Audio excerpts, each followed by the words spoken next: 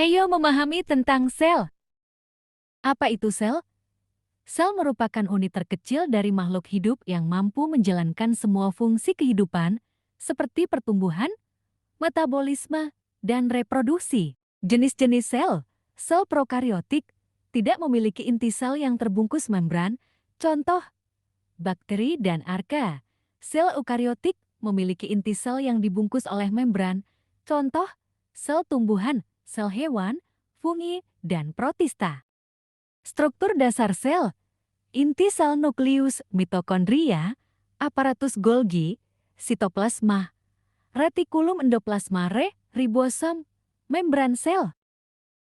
Membran sel, struktur tipis yang mengelilingi sel terdiri dari fosfolipid ganda dan protein yang tersebar, mengikuti model mosaik cair, fungsi, mengatur keluar masuknya zat, menjaga keseimbangan ion, dan melindungi isi sel.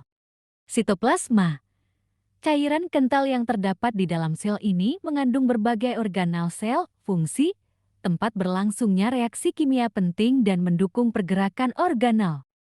Inti sel nukleus, struktur besar berbentuk bulat atau oval, dilapisi oleh membran nukleus, mengandung DNA yang membawa informasi genetik, fungsi, mengontrol seluruh aktivitas sel, seperti pertumbuhan, sintesis protein, dan pembelahan sel.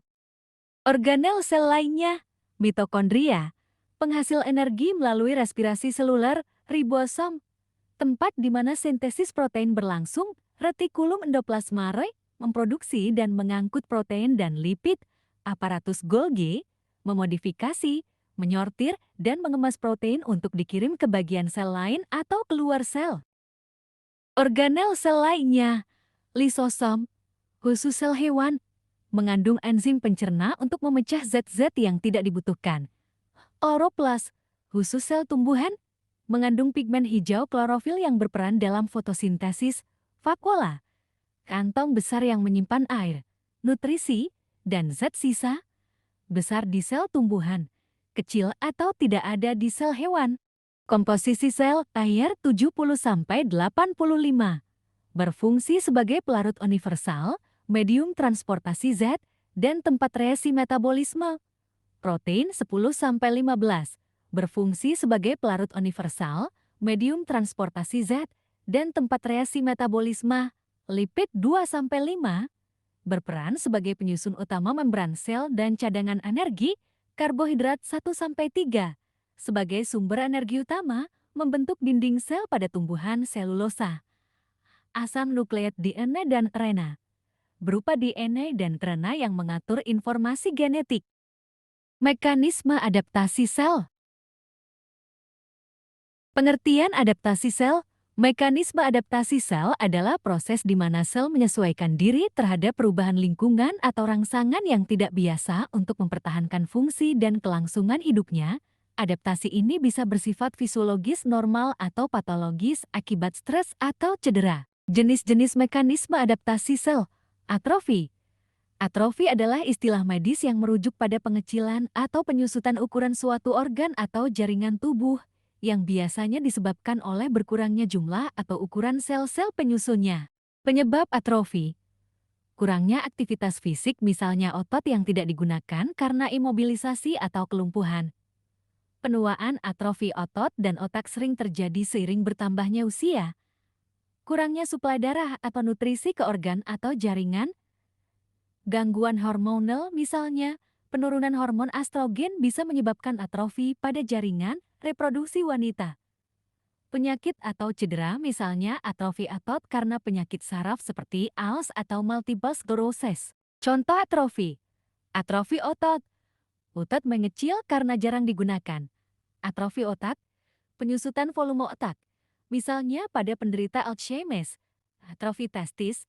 Mengecilnya testis karena gangguan hormonal atau penggunaan steroid. Hipertrofi. Hipertrofi adalah istilah yang digunakan untuk menggambarkan pembesaran atau peningkatan ukuran sel yang pada akhirnya menyebabkan peningkatan ukuran organ atau jaringan secara keseluruhan. Hipertrofi sering dibahas dalam konteks dua bidang utama. 1. Hipertrofi otot. Hipertrofi dalam olahraga dan kebugaran terjadi ketika sel otot serat otot membesar akibat latihan beban atau resistansi. Ada dua jenis utama, hipertrofi miofibrilar, peningkatan ukuran dan jumlah miofibril, bagian kontraktil otot, hipertrofi sarkoplasmik, peningkatan cairan dan simpanan energi dalam sel otot, hipertrofi dalam konteks medis atau patologis. Misalnya, hipertrofi ventrikel kiri terjadi ketika otot jantung bagian kiri menebal akibat tekanan darah tinggi atau penyakit jantung lainnya. Hiperplasia adalah istilah medis yang menggambarkan peningkatan jumlah sel dalam suatu jaringan atau organ yang menyebabkan pembesaran jaringan atau organ tersebut. Berbeda dengan hipertrofi pembesaran sel, hiperplasia melibatkan pertumbuhan sel baru. Jenis-jenis hiperplasia, fisiologis normal, hiperplasia endometrium, terjadi pada siklus menstruasi sebagai respons terhadap hormon estrogen, hiperplasia kelenjar payudara. Saat kehamilan, untuk mempersiapkan produksi ASI. 2. Patologis tidak normal. Misalnya, hiperplasia prostat jinak BPH. Pembesaran prostat akibat peningkatan jumlah sel.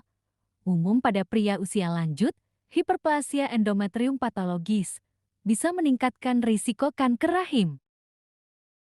Metaplasia. Metaplasia adalah suatu kondisi di mana satu jenis sel dewasa digantikan oleh jenis sel dewasa lain yang tidak normal untuk lokasi tersebut. Ini biasanya merupakan respon adaptif terhadap stres lingkungan atau rangsangan kronis, seperti iritasi atau peradangan. Contoh metaplasia. Metaplasia squamosa. Di saluran pernapasan perokok, pitel silia kolumnar bisa berubah menjadi apitel squamosa pipih untuk melindungi jaringan. Metaplasia usus. Pada lambung seperti pada gastritis kronis, apitel lambung bisa berubah menjadi apitel seperti usus yang sering dikaitkan dengan risiko kanker lambung. Pentingnya, metaplasia sendiri bukan kanker, tapi bisa meningkatkan risiko terjadinya displasia dan akhirnya kanker jika pemicu tidak dihilangkan. Mekanisme jejak sel. Pengertian jejak sel. Jejak sel injury adalah kondisi ketika sel mengalami gangguan atau kerusakan akibat pengaruh yang melebihi kemampuan adaptasinya. Jejak sel bisa bersifat reversibel, sel masih bisa pulih, atau irreversibel, sel mengalami kematian seperti nekrosis atau apoptosis. Penyebab jejak sel: fisik, trauma, suhu ekstrem, radiasi, kimia, racun, obat, logam berat, biologis, virus, bakteri, jamur, kekurangan oksigen, hipoksia. Akibat gangguan aliran darah atau kerusakan paru-paru, imunologis, reaksi imun yang berlebihan atau autoimun, kelainan genetik, gangguan metabolisme atau struktur sel, ketidakseimbangan nutrisi, kekurangan atau kelebihan zat gizi. Bentuk jejak sel (1) reversibel, pembengkakan sel, perubahan lemak fatty change, gangguan fungsi organel seperti mitokondria. 2.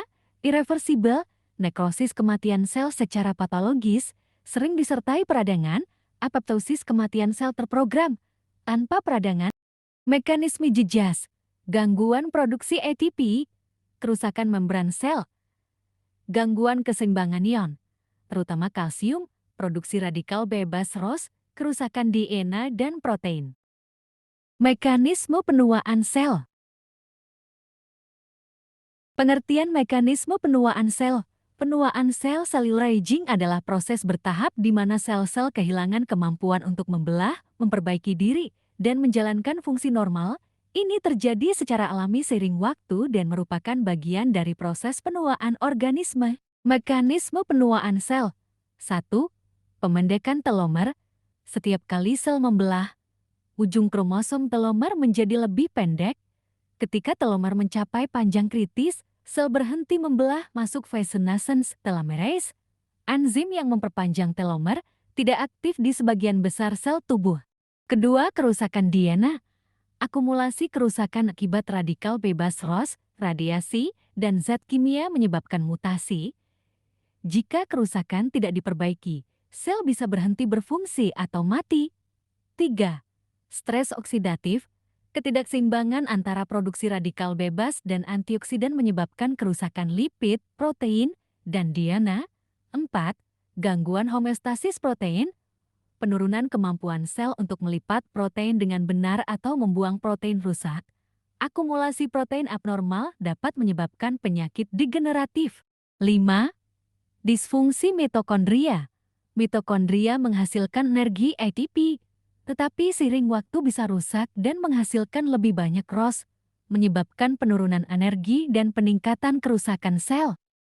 Keenam, penuaan selular cellular senescence. Sel masih hidup tetapi tidak lagi membelah, mengeluarkan Z proinflamasi SASP senescence associated secretory phenotype yang bisa merusak jaringan di sekitarnya. 7. Perubahan epigenetik. Perubahan pada cara gen diekspresikan tanpa mengubah urutan DNA, mempengaruhi fungsi sel dan kontribusi terhadap penuaan. Ringkasan, penuaan sel adalah hasil kombinasi dari akumulasi kerusakan, penurunan kapasitas perbaikan sel, gangguan regulasi pembelahan dan fungsi. Terima kasih.